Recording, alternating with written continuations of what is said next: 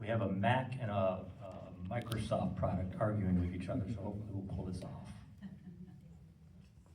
All right, that's the start. All right. So I do appreciate you all hiring a blind photographer. All right. So let me start here. My name is Stephen. I've been working in the creative arts for about 4 decades, using the medium of photography to tell stories, create social change, and most importantly, support my family. I've been a working photojournalist since the 1980s and have been blessed to witness a lot of history.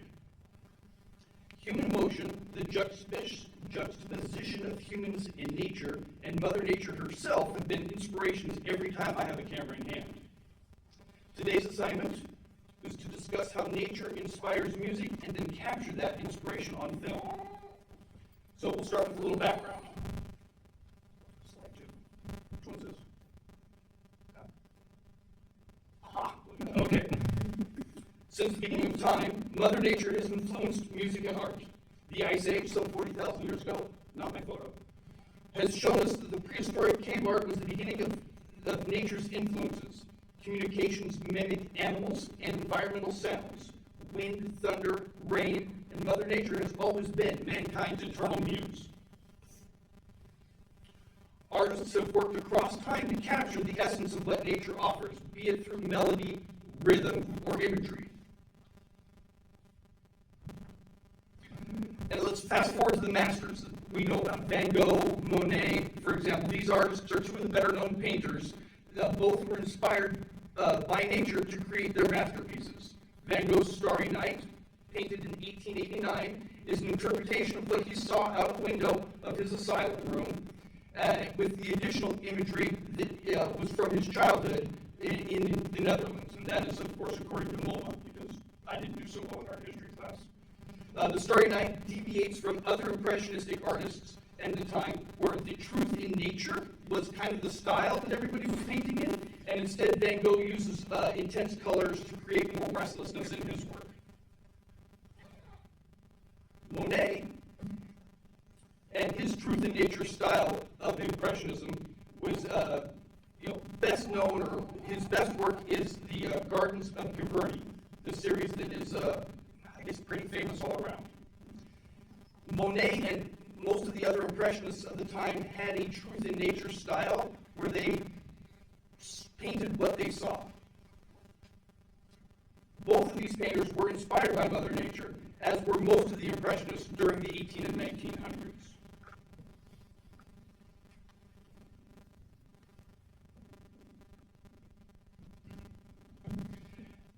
Composers.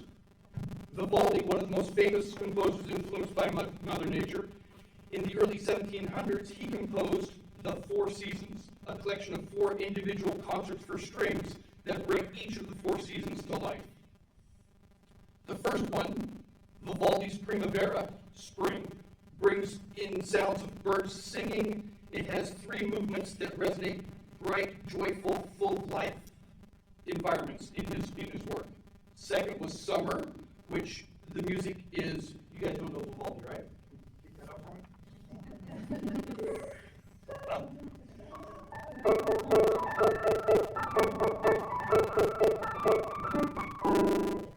There you go.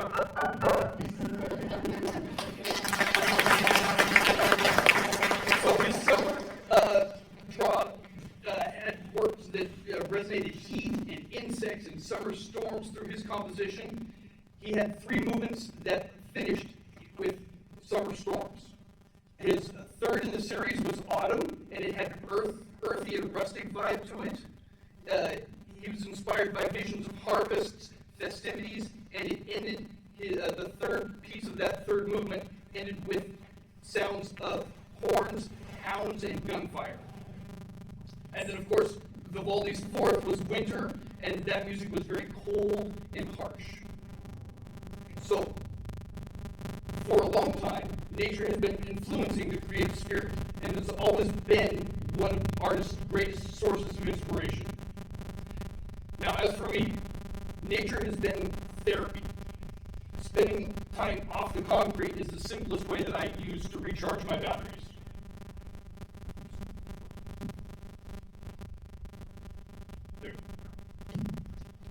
being away from the noise, listening to birds, water, crackles of an animal scurrying through and away from me, the ocean, which is, of course, a big one here, and crashing waterfalls. I regularly live in Oregon, which I think has some of the best waterfalls in the United States.